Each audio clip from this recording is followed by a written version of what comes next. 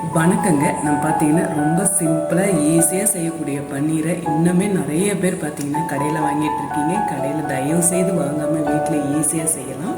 இது பார்த்தீங்கன்னா இப்போ ஒரு 2.5 லிட்டர் போல் பசும்பால் எடுத்திருக்கேங்க. கொஞ்சம் தண்ணியாக தான் இருக்கும், அந்த பசும்பால் நான் எடுத்திருக்கேன்.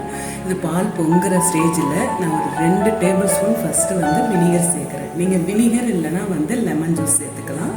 எனக்கு பத்தலை, திரும்ப ஒரு டேபிள் ஸ்பூன் அளவுக்கு வினிகர் சேர்த்துறேன். இப்போ எல்லாமே நல்லா திரிஞ்சு வந்துருச்சு.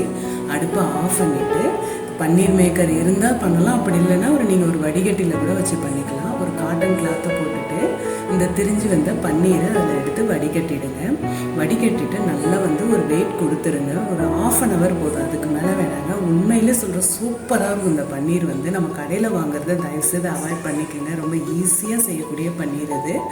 இதை நீங்கள் செஞ்சு 10 நாள் வரைக்கும் ஃப்ரீசரில் வச்சுக்கலாம். ரொம்ப ஈஸியாக தேவைங்கிறப்போ எடுத்து யூஸ் பண்ணிக்கலாம். இப்போ இது மேலே பார்த்தீங்கன்னா நல்லா ஒரு வெயிட் கொடுத்துட போகிறோம். வெயிட் கொடுத்து ஒரு 1/2 hour ரெஸ்ட்டில் விட்டுடுங்க. எடுத்து நீங்கள் வைக்கும்போது பன்னீரை பார்த்தீங்கன்னா ஆல்ரெடி நான் ஒரு வீடியோலேயே சொல்லியிருப்பேன், கட் பண்ணி யூஸ் பண்ணி வச்சுக்கோங்க. கட் பண்ணி டப்பாவில் போட்டுட்டிங்கன்னா எப்போ எடுத்தாலும் உங்களுக்கு ஈஸியாக அதை யூஸ் பண்ணிக்க முடியும். இது 10 நாள் வரைக்குமே நல்லா ஃப்ரீசரில் வச்சு யூஸ் பண்ணிக்கலாங்க.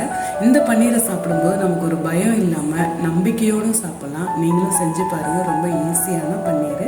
இந்த வீடியோ பிடிச்சிருந்தால் ஷேர் பண்ணுங்கள்.